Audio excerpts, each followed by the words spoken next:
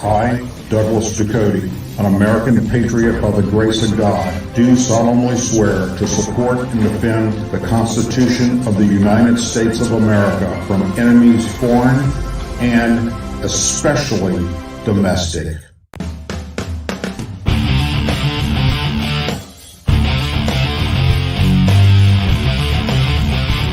I, Douglas Ducote, an American patriot by the grace of God, do solemnly swear to support and defend the Constitution of the United States of America from enemies foreign and especially domestic. Say it with me. I pledge allegiance to the flag of the United States of America and to the republic for which it stands, one nation, under God, indivisible, with liberty and justice for all.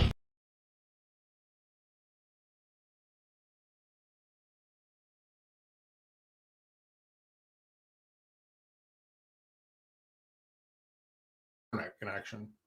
And I think I'm back now. Boy, is that nice. Hold on a second. Bear with me. Technical difficulties. You see what's going on here. Okay. Looks like we're back. Anyhow, good evening. Had many places to be tonight. Chose to be here with me, and for that, I am forever grateful. It is Valentine's Day, so I hope that you got your loved one something. Card, teddy bear, chocolates. I don't know. I got my love chocolates.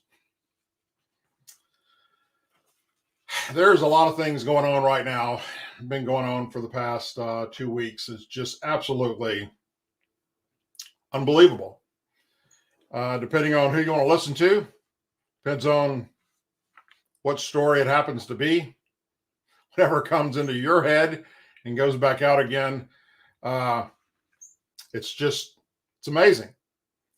We've been talking about UFOs and UAPs for many, many years, way before our time on Earth. You know, archaeologists are finding in caves and they're finding in pyramids drawings of strange looking objects that they're looking up at in the sky. So it's nothing new. It's been going on for a long, long time, but it's just been recently, the past few years, that it's been coming out, and more is being leaked out by the powers that be and by the Pentagon, letting us know that we're probably not alone. Tonight's top story, U.S. Navy veteran Nick Graves. He is a former F-18 fighter pilot in the Navy. Has come on record and said that he previously encountered a UFO and reported his sightings to the Pentagon and Congress. When news broke about the U.S. military shooting down 3 high-altitude objects over Alaska, Canada, and Lake Horn, he wasn't at all surprised. We'd fly our jets off the eastern seaboard and our working areas with our F-18s. And once we upgraded our radars, we started noticing objects in our working areas that we weren't expecting to see. Graves said yesterday while being interviewed on Fox News Hannity. And we were all seeing these. We were seeing them on our radars. We were seeing them as we were flying. We were seeing them in our camera systems and our flare systems. And eventually, we even saw them with our own eyeballs. He explained that at one point, some of his fellow pilots almost had a mid-air collision with one of these objects and had to file a hazardous report, so the rest of the fleet was aware there was a safety issue. The aircrew that saw the object described it as a dark gray or black cube inside of a clear sphere. He said the Navy veteran told host Sean Hannity that aircrew would usually see objects flying in a stationary manner. They'd be stationary against the wind as if they weren't moving when the winds are 100 plus miles per hour. And we're fighting to keep our aircraft in the area. Other times, they would proceed in a straight line or in a holding pattern, alternate speeds of supersonic, such as Mach 1. They would also be out there all day, not needing to refuel like our aircraft did. We could typically go out and last about an hour to an hour and 15 minutes, depending on how we were flying and if it was tactical or not. These objects would be flying at high speeds all day long and hovering. White House Press Secretary Karine Jean-Pierre yesterday said that there is no indication of aliens or extraterrestrial activity, and that the recent shoot downs of the unidentified flying objects. Well, Karine, if you don't know what the unidentified flying objects are, how can you make the assumption that they're not from this earth? Just kind of throwing that out there. Defense Secretary Lloyd Austin put out a similar message, saying while the U.S. doesn't know what the objects are, they are not a threat. That's pretty damn interesting. They do not present a military threat to anyone on the ground. This is the defense secretary saying this. They do, however, present a risk to civil aviation, he said. Well, sir, if you don't know what the unidentified flying objects are, again, how can you say that they're no threat to us on the ground? Furthermore, if you say the unidentified flying objects are only a threat to civilian aviation, then that is a threat to us on the ground, as well as the American public that's flying in the jets. Those passengers and crew on board the civil aviation aircraft, they're going to die in a mid-air collision. Then those of us on the ground, they're going to be hit by the debris of the aircraft falling out of the sky.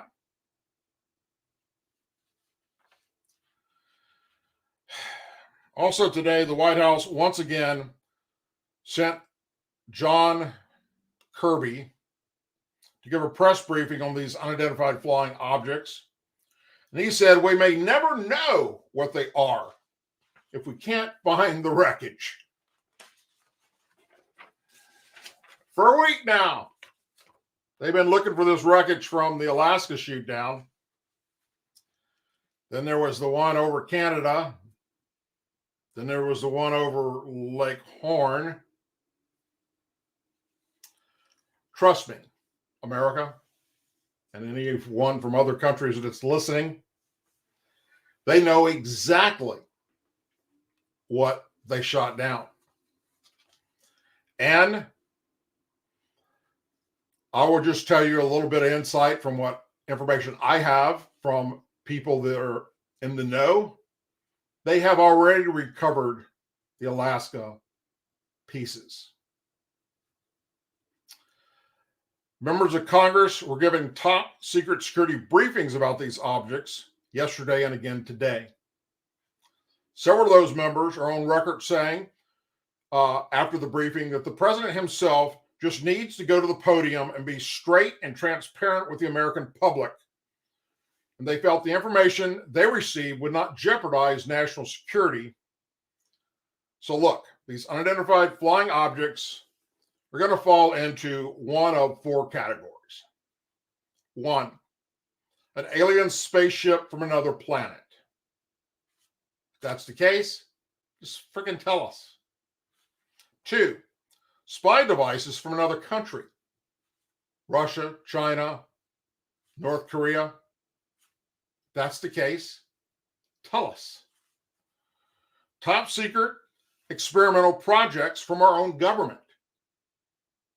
Just be honest and tell us. You don't have to tell us what they are or anything else about them. Just that they're ours. Or number four, they belong to a civilian business that's collecting data on weather or environmental projects. Regardless, we, the people, pay your salaries. And we deserve to know what in the living hell our military is shooting out of the sky above us. You owe that to us. Stop with the secret squirrel bullshit and be straightforward and just tell us what you know. The fact that y'all went into a classified briefing from the Pentagon with just certain members of Congress, that's stupid. Why can't you just hold a press briefing and tell us? What are we going to do about it? Not a damn thing. There's nothing we can do, whether they're aliens or it's another country spying on us.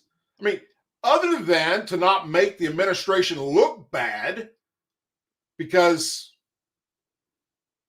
maybe it is another country spying on us and we let it go by, it slipped by and nobody caught it. I don't know. Maybe it is aliens from another planet and they don't want to admit it because of what happened back during Orson Welles and War of the Worlds, when people just started freaking the hell out over a radio show about an alien invasion. Check that out. It's pretty interesting. People started freaking out over what happened in Roswell, or didn't happen in Roswell back in the 40s.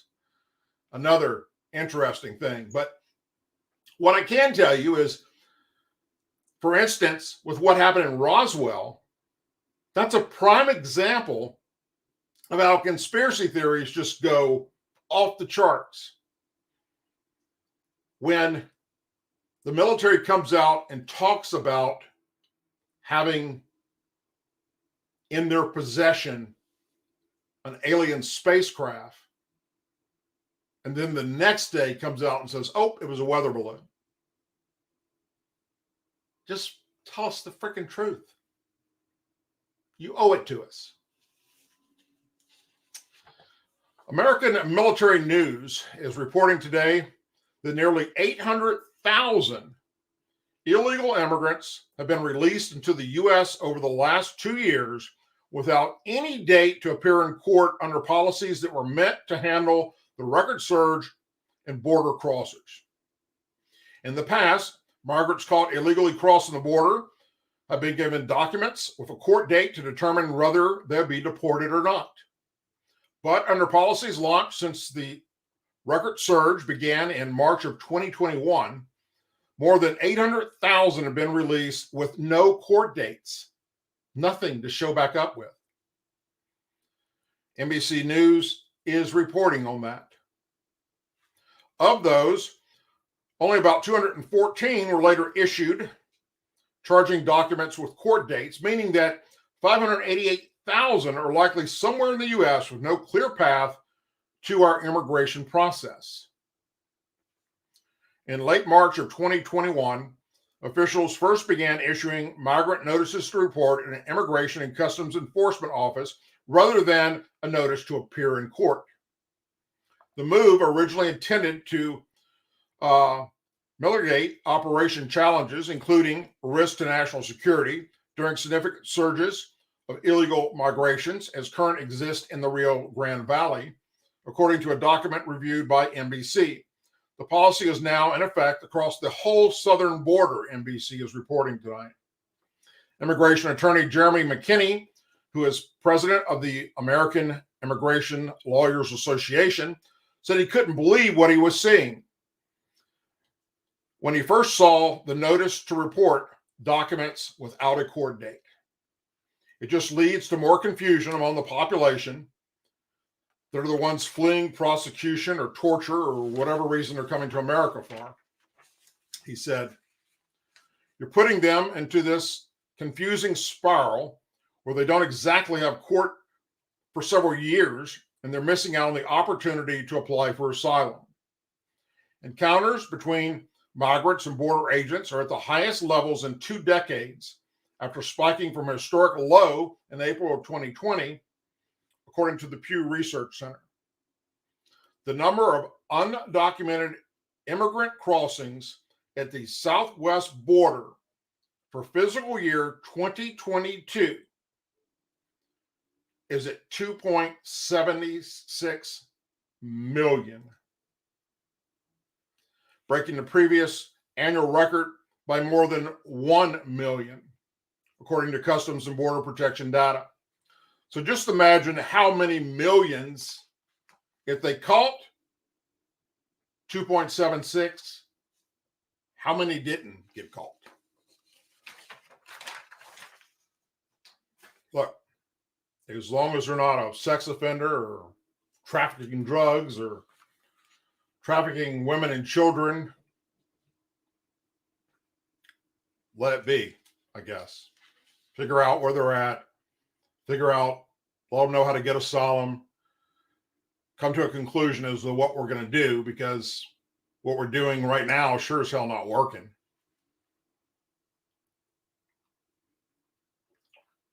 This next story is something that's kind of personal to me, actually. Senator Rand Paul is leading the charge to hold taxpayer-funded health institutions accountable for denying unvaccinated people critical care, including organ transplants. Legislation introduced today from Paul, Republican Kentucky, would bar federal funds from going to healthcare facilities that have denied patients care based on their COVID-19 vaccination status. It would also protect the rights of patients to make decisions about their health without being penalized. No American should be denied access to critical care based on a personal medical decision, yet tragically, many hospitals and other medical facilities continue to discriminate against those unvaccinated. The COVID-19 Vaccination Non-Discrimination Act will protect the rights of vulnerable patients to make their own health care choices and ensure that federal taxpayer dollars do not support facilities that turn away patients based on their vaccination status. According to Paul's office, the American Medical Association has urged doctors to still provide care for patients, regardless of their vaccination status. And it's in their oath, for crying out loud. However, there have been instances nationwide that reveal healthcare facilities and doctors receiving taxpayer dollars are doing just the opposite. One case is a 14-year-old girl in North Carolina who was denied a kidney transplant from Duke University Hospital because she never received the COVID vaccination. The patient or her family argued she had already had the virus and therefore should have natural immunity. I said, so basically you're telling us if she doesn't get the vaccine, then she's not getting a transplant. Chrissy Hicks, mother of the 14-year-old Eula Hicks, asked. And the medical employee said, yes, that is the one thing that is holding us up. Duke health officials said they would not comment on individual patient cases, but that our hearts go out to families coping with serious illnesses of their loved ones. And the health system is committed to making organ transplant accessible to as many eligible patients as possible, except for those that aren't vaccinated. There's no reason that medical facilities should deny care to people based on their vaccination status, and there's certainly no reason for institutions to do so that receive any federal funding, added Representative Dan Bishop, North Carolina, who is introducing the legislation on the House side. Bishop called a remedy to the injustice patients are facing nationwide. Senator Ron Johnson of Wisconsin, Mike Lee of Utah, Tom Cotton of Arkansas, Marco Rubio of Florida, Cynthia Lumens of Wyoming, J.D. Vance of Ohio, Mike Braun of Indiana, and Kevin Kramer of North Dakota are also co-sponsors on this bill. And another person who was denied medical care because he was not vaccinated is yours truly. My doctor, neurologist that was treating me for my traumatic brain injury, Dr. Timothy Best, right here in Lake Charles, Louisiana, decided that he would not treat me any longer after treating me for several years unless I got vaccinated. And it wasn't just me. He did this to all of his patients. And he almost went out of business. Thankfully, he's part of a bigger health network that saved his ass. Otherwise, it would have been over with, because over half of his patients said, you're not going to force us to do anything. And that's not what you're supposed to do. And it goes against their oath as doctors. They don't get to pick and choose that, but that's what many of them were doing. And sadly, are still doing. Going back on October 19, 2020, political headline bombshell, written by Natisha Bertrand, read as follows. Hunter Biden's story is Russian disinformation. Dozens of former intel officials say. Now, former Director of National Intelligence James Clapper says Politico deliberately distorted the letter he and more than 50 others, many of them open Joe Biden supporters, had signed. Now, critics are wondering, and so am I, and I'm sure you are too, why the players in a story are just now speaking out. When your words were twisted and what you said came out in Politico and it was not correct, why didn't you jump up right then and there and go, oh, time out? That's not what we said. We're talking 50 highly intelligent, well, you want to call it government intelligence officials, being highly intelligent or not, that did this. If James Clapper's new Politico and Natisha Bertrand were lying about what their letter said, why didn't they say so then? Why didn't any of the dozens of intel officials speak out? Reality, the CIA and intel community wanted the media to spread this lie. Only now that someone has taken the hit, which is going to be Clapper, because he lied. Clapper's remarks show in a lengthy fact check by the Washington Post, Glenn Kiesler's yesterday, which broke down the letter itself and how it was also falsely characterized by then candidate Joe Biden in the weeks up to the 2020 election.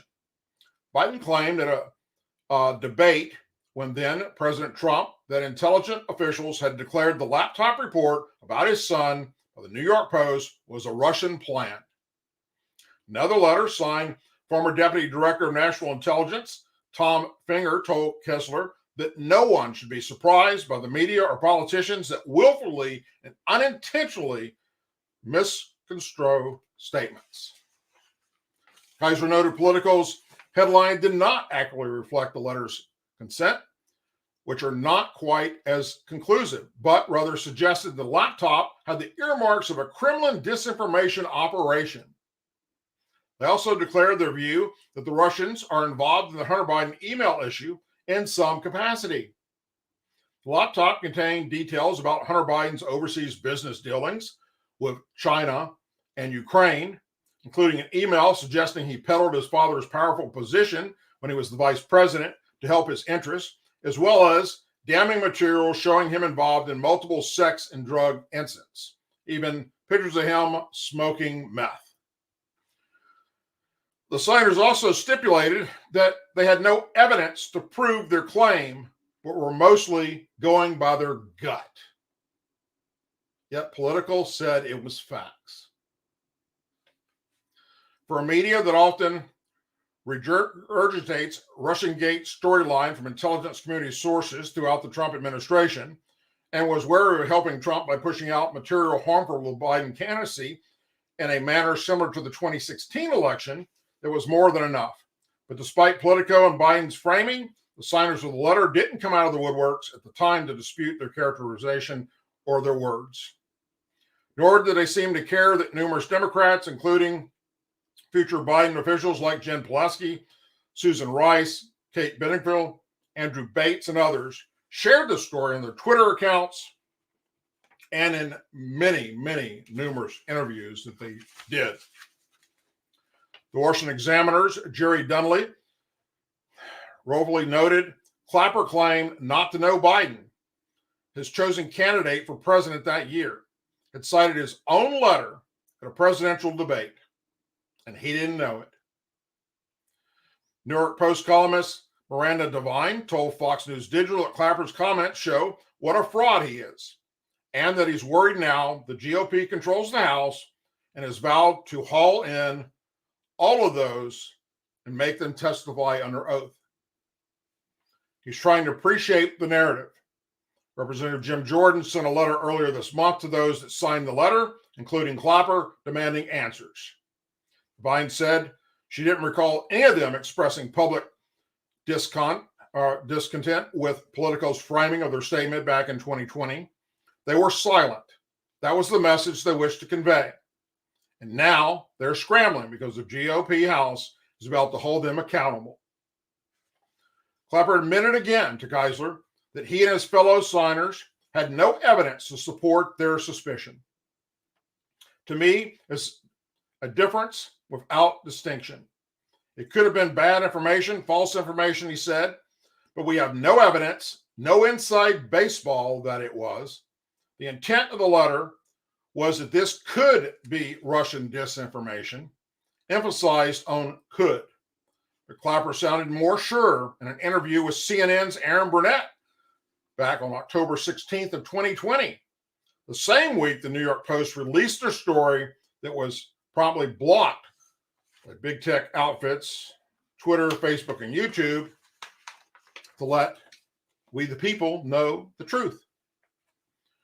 To me, it's just a classic textbook Soviet-Russian tradecraft at work, he said at the time.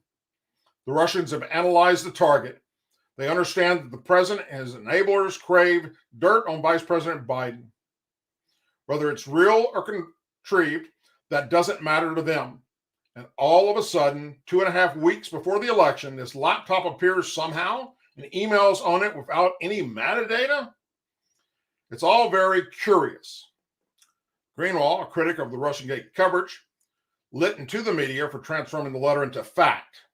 The CIA and other intelligence operative scumbags have a point here. One, I'm stressed from the start, he tweeted yesterday. In their letter to manipulate the election, they said they didn't know it was Russian disinformation. Just thought it was. It was the media that transformed it into factual information that it wasn't. I don't care who bore by it or who's bored by it. 2 weeks before Americans went to vote for president, the CIA and others in the intelligence community, to include the FBI, came out with outright lies. Most major media corporations spread them as well. Everyone now knows it's a lie, but not one media outlet has retracted it. The letter also included a feedback logic group. The fact that the Washington Post had reported Rudy Giuliani could be the target of Russian intelligence operations was significant to them because it mirrored their own concern about Russia. The Washington Post story in question cited 4 anonymous sources. You know, look, I really don't give 2 shits what you think of Biden or what you think of Trump or what you think of any of them. Okay? At this point in the game, it's a joke what's happening in this country, what's happening in our elections. Look at the crap in 2016. Look at what everything went down with Trump and Hillary and what went down with Trump and Biden.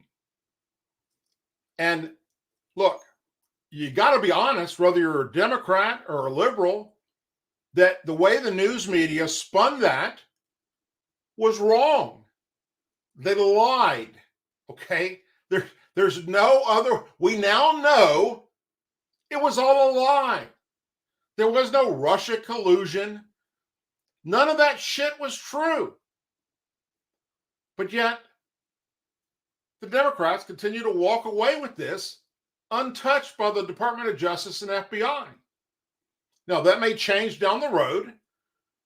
And hell, in the near future, it may change that it's just the other way around. And I'll be calling for the Republicans to be crucified over doing some bullshit like this. But what has taken place in the last 2 elections, hands down, there's no way you can deny this. The media, the FBI, and the CIA interfered in our elections in this country. Period. End of discussion. And they should be held accountable for their actions. California's electric grid faces years of potential blackouts and failure as state leaders continue pushing aggressive measures to transition to renewable energy sources, policy experts tell Fox News Digital. The state's grid, which is still mainly powered by fossil fuels, is undergoing a major shift from natural gas and coal power to renewable power like wind and solar. At the same time, state officials are pushing electrification of the economy, particularly in the transportation sector, through electric vehicle mandates, which is expecting to increase pressure on that grid that's not being updated. California is drastically cutting our dependence on fossil fuels and clean air, Democrat Governor of California, Gavin Newsom, said this past November. Announcement unveiling the world's first detailed pathway to carbon neutrality. The state's plan involves goals to slash greenhouse gas emissions by 85%, cut oil usage by 94%, and deploy more solar and wind capacity over the next 2 decades. The aggressive plan to overhaul the state's energy system came 3 months after a top California environmental agent moved forward with a rule requiring that all new vehicles sold in the state of California to be electric by the year 2035. In 2021, the most recent year with data, wind and solar accounted for about only 25% of total electricity generated in California, with natural gas accounted for more than 50% of the state's electrical generation. And 19% of new car sales in California were zero-emission vehicles, the data shows. Experts told Fox News Digital, as well as CNN, environmental mandates implemented by Newsom and his administration have already created instability in the grid, an issue they argued would only get worse as existing fossil fuel generation capacity was taken offline and replaced by intermittent sources. They're going to have to build an outrageous amount of wind and solar in a very short time if they want to accomplish their objectives of electrifying our whole transportation sector and our whole home heating and cooling and residential sector. Edward Ring, a senior fellow with the co-founder of the California Policy Center, told Fox News and CNN. There's a burden to the consumer that's going to get very heavy, he continued. Even if they can pull it off without blackouts, the burden to the consumer is going to be ridiculous. Just over this past summer, the California Independent System Operator, the state's electric grid operator, repeatedly warned that high demand would significantly strain utility providers' ability to supply consumer electricity aimed a heat wave. And I reported about that right here on this show, as did many other people. They issued Emergency Energy Alert 3, which is the highest level, at one point in early September, saying that residents should maximize conservation and expect rotating outages, which is exactly what happened, and a flex alert for more than 7 consecutive days, which is exactly what happened. The operations also recommended, as well as the governor, that residents refrain from charging their electric vehicles because of the stress on the grid. So, in just 12 years from now, if you're in California, you will not be able to buy a new vehicle unless it's electric. And without updating the power grid, which they haven't even attempted to do, you will not be able to charge your vehicles in the summer. Prepare to return to the horse and buggy days in the wonderful, beautiful state of California, which I lived in for several years. It is very pretty. I left California at a good time. Here's when I noticed there was a problem. Let's go back to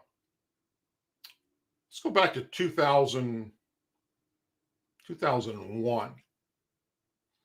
When you'd walk into a grocery store or Walmart, an announcement would be made over the loudspeaker for whatever reason, calling somebody to go to the electronics department, somebody, customers waiting, or clean up on all four, or whatever. That message was put out in Spanish before it was put out in English. That's when I realized something's not right here.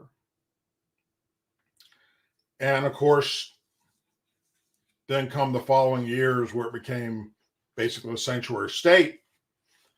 And places like San Francisco and LA are suffering very, very bad today because of some absolute ridiculous policies that are being put in place.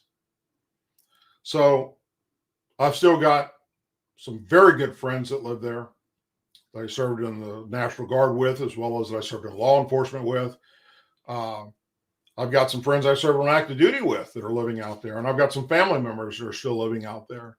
And they share with me often the craziness that's happening there. Some of them stay because their houses are paid off. It's been passed down through generations, and the place is beautiful. California is, not in San Francisco, for instance, where all the homeless and drug addicts and all that are happening, but along the coastline, let's say out in the valleys, it's just absolutely gorgeous. It's a great place to visit, vacation. You got to watch where you're at, especially if it's during any kind of a Pride week or anything like that, where if you have your kids with you, don't go down San Francisco because they parade out there with all their shit hanging out for the whole world to see, where any other time they'd be arrested for doing that, but not during that period of time. And it's pretty sad. Anyhow, Donald Trump, up until today, was the only person that has announced that he is running to be your next president.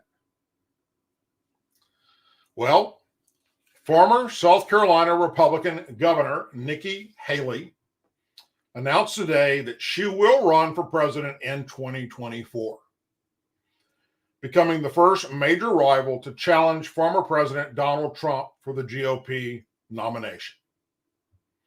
The Washington establishment has failed us over and over and over again. It's time for a new generation of leadership to rediscover physical responsibility, secure our border, strengthen our country, our pride, and our purpose. Haley also served as U.S. ambassador to the United Nations under President Donald Trump. The former president, who announced his bid last year that he was going to run again, recently appeared to bless her entrance into the race, telling reporters that she had called to tell him she was considering a campaign launch and that he said, "You should do it." Haley is a daughter of Indian immigrants. Opened her announcement talking about how she felt different growing up in Bamberg, South Carolina. The railroad tracks divided the town by race, she said. I was a proud daughter of Indian immigrants, not black, not white. I was indifferent. But my mom would always say, your job is not to focus on the difference, but the similarities. And my parents reminded me and my siblings every day how blessed we were to live in America. If successful in the primary, Haley would be the first woman and the first Asian American nominated by the Republican Party for president. Former president of the National Association of Women's Business Owners, she once was. She was the first elected to the South Carolina House in 2004. 6 years later, she became the first woman elected as governor in the state in 2010 and was the youngest governor in the nation when she took office in 2011. She resigned in the middle of her second term to become President Trump's ambassador to the UN, a role she served until 2018.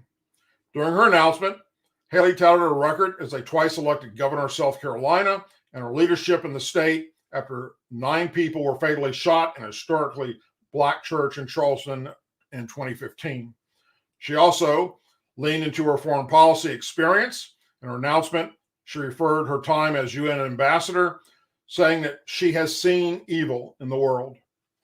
Some look at our past as evidence that American founding principles are bad. They say the promise of freedom is just made up.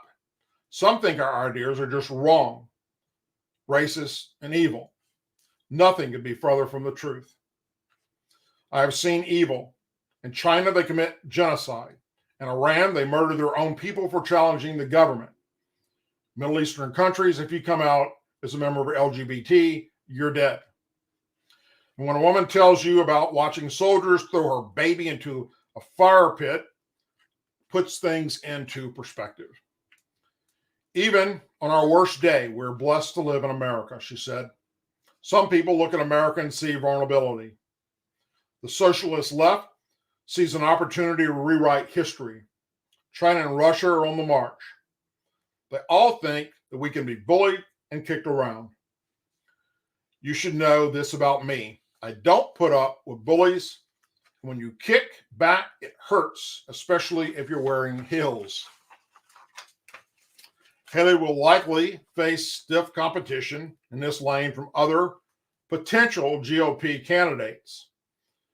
It's a possibility, it's rumored, that Florida Governor Ron DeSantis, former President Mike Pence, or Vice President Mike Pence, and former Secretary of State Mike Pompeo, who are all weighing 2024 runs and could also appeal to conservative Republicans looking to turn the page away from Donald Trump.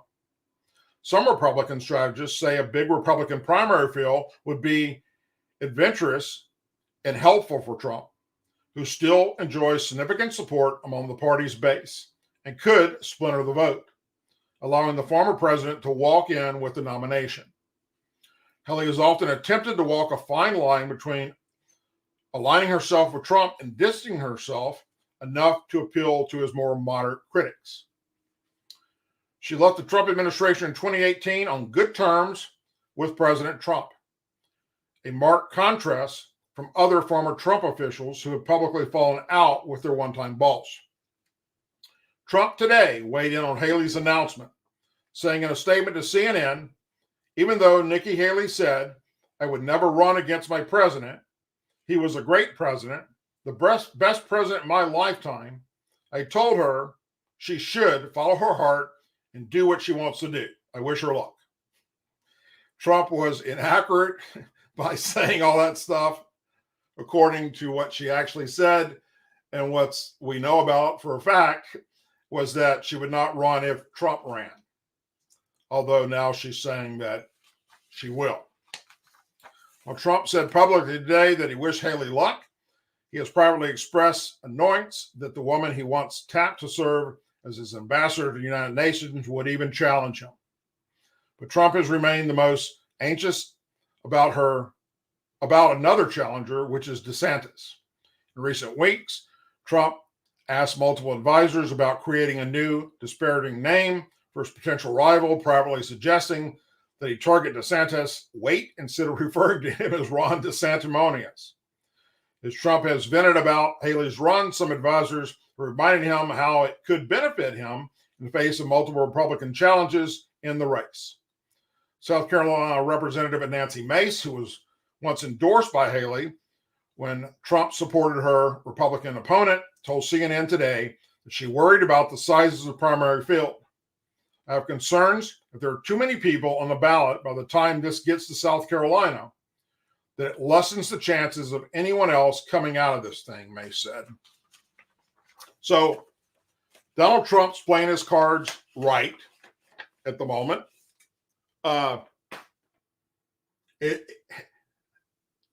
anyone that wants to, it doesn't matter if you're going to go up against Joe Biden, if there's going to be several other Democrats jump in there to be the next president and get the nomination, or Republicans, you're going to have to go after him. Okay. They're going to have to go after Trump, and the Democrats going to have to go after Biden. I can't believe for 1 second from what Democrats on record saying right now about the current commander-in-chief that he's not going to have anybody to go up against him. Okay, hands down, that will happen. There will be people jump in there. And it gets nasty. Okay, it's going to get nasty. Kamala Harris, I mean, she, in a debate, called Joe Biden a racist bigot. I mean, and she was, by what she was referring to, that's pretty much how it played out. And Donald Trump, on the other hand, is going to just, he's going to be Donald Trump. He's going to attack heavily, fast and hard, and strike deep anyone that opposes him. But in this situation, I'm not sure how that's going to play out, because she didn't leave the White House angry. He didn't kick her out of the White House. They have a good relationship before, during, and after his presidency. So, one of two things. Either he will try and figure a way to get her to run on a ticket with him, or he's going to go after her just like he has everybody else that challenges him. And it will get nasty and ugly, which isn't going to do any of us any good. I just wish that that kind of shit wasn't in politics on both sides of the aisle, Democrats and Republicans. You know, talk about the issues. Talk about your differences in how to handle the issues that we face in America. How to put food on the table. How to pay for health care. Our infrastructure that's crumbling. And Mr. Butlick over there, who's in charge of transportation, what has he done? We got trains derailing all over the place. This latest one is just this toxic freaking nightmare happening. And he's talking about taking these billions of dollars that Biden's going to give him for the infrastructure. And his concern is you can't apply, you can't put in as a contractor bids unless you can show first a diversity plan on how you're going to hire equal amounts of whites, blacks, women, LGBTQ. Fuck all that. Okay? Hire the best people for the damn job.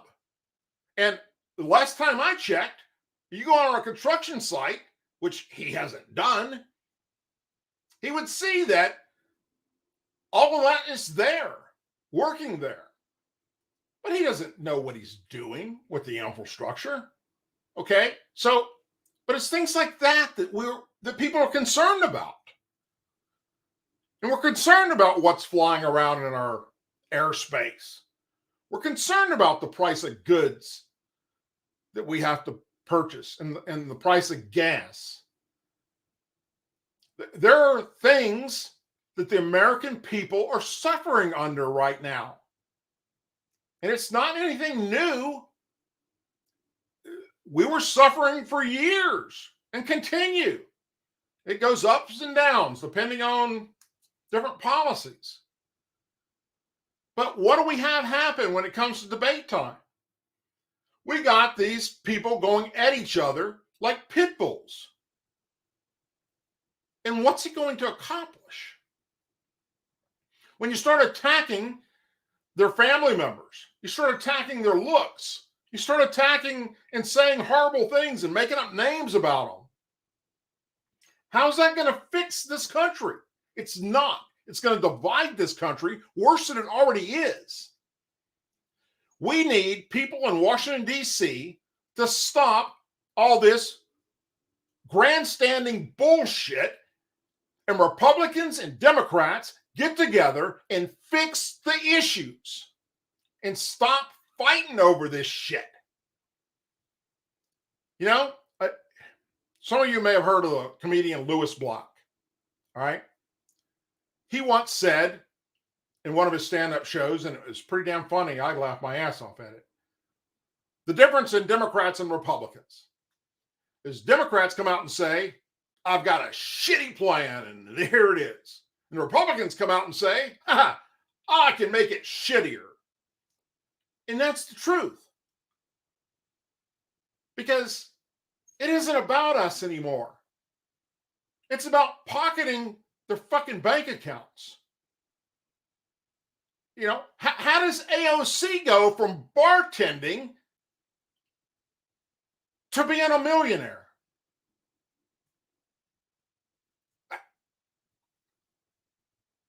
And then you have all the scandals that go on, and you got the Department of Justice and the FBI letting one group of people just get away with whatever the fuck they want.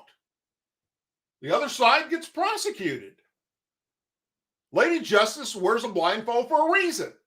The FBI and the Department of Justice need to be cleaned the fuck out. Zero that shit out and be done with it. Start all over again, for crying out loud. And get these pansy son of a bitches that are running our military, the Joint Chiefs of Staff. Are you freaking shitting me? This isn't about winning a popularity contest and a fucking drag queen circus hour. We're talking about defending our country, for crying out loud, from the enemies that want to kill us. And you fuckers are worried about stupid ass shit, you know, whether or not somebody's offended by a word. You know, right here on YouTube, I did this recently. I did it last night too, as a matter of fact. I looked at videos of basic training, Army, Air Force, Marines, Navy, thousands of them on YouTube. Look at the basic training videos that are on YouTube from the 60s, 70s, 80s, and then the ones now. Drill sergeants can't even use foul language because it might offend the recruit. You're training them to survive in a situation that will be absolutely horrible on the battlefield, and to get out of there alive and bring their buddies with them. But you're defeating the purpose and you're killing them if you want to do all this other crap too. And that's what our Joint Chiefs of Staff have done to our military. They've fucking pussified it. It's a laughing joke. Thankfully, we're still the best military on planet Earth, but not at the rate we're going. It's just a shame. It's sad. Everybody's offended by everything, no matter what you say. You can't even go to to pay good money. When you pay money to go see a stand-up comic, guess what? You should know going in there, they're going to say some controversial shit. They're going to offend some people because that's what comics do. And we take that hour that they're doing this to just deprogram ourselves and laugh. They're going to say funny things about gays. They're going to say funny things about the military. They're going to say funny things about straight people. They're going to say funny things about black people. They're going to say funny things about Muslims. That's what they do. It's a freaking joke. That's what you pay to go there. And what do we have happening now? People who pay to go there to hear this, now offended. Oh my gosh, you won't believe what this guy said. And then they're canceling them all over the place, not allowing them to progress in their career. It's nuts how we have allowed the far left of this country to infiltrate everything we have, to include our own United States government and every agency within it. It's shameful. It's not helping us. We, the people, are the ones getting screwed by these politicians that we send to Washington, D.C. to represent us that aren't representing us. They're representing themselves. And that's not every one of them, but damn it, it's 90% of them. You know it, I know it, and they know it. And we sit back, and in many of these districts, we vote the son of a bitch back in again. Why? Doesn't make any sense. But we need to figure it out. We need to figure out how to get away from the craziness that's happening, that's dividing us as Americans. This flag behind me, it's not racist. Stop saying it's racist. The far left. The national anthem. I didn't watch the Super Bowl because I stopped watching football when they started taking a knee during the national anthem. But I was told, I saw it on the internet, that they played what's called the Black National Anthem now. What the fuck? The national anthem is a national anthem for all of us. It's our national anthem as Americans. Whites, blacks, Hispanics, it doesn't matter. It's ours. The melting pot, it's ours. And now we have a separate national anthem. Anyhow, folks, yeah, many places to be here tonight. Chose to be here for me. I thank you. I appreciate it. Happy Valentine's Day again to everybody out there. If you've already done so, please like and subscribe to this channel. Also, check out my other channel, Charlie Hotel 47. It's got some pretty interesting videos there, personal things, of pictures and videos that I have taken of myself, or whether it's in combat operations or touring the country and the world in museums, that's there for you to show to the youth of our nation that we're not really a bad place after all, and to educate them. Also, go check out DouglasDucote.com if you haven't already done so. Great place to learn about not just myself, but all the other things that we've done throughout the last several years doing this show, the border documentaries we've done, things that are much needed and should be seen by patriots in this country. As always, please say a prayer for our men and women serving the United States military, our veterans, our law enforcement officers, our first responders and their families, our angel families, our blue and gold star families, and our country. May God bless the United States of America. And folks, if you don't know what angel families are, you don't know what blue and gold star families are, please look that up. Figure it out tonight, because they need our support more now than ever. Because currently we have members that we send up to DC pissing on the graves of their loved ones, and that is not acceptable. I'll see you Thursday night right here at 8 p.m. Central for another episode of the Douglas Ducote Show, and I hope that you will join me. Take care, everybody. God bless.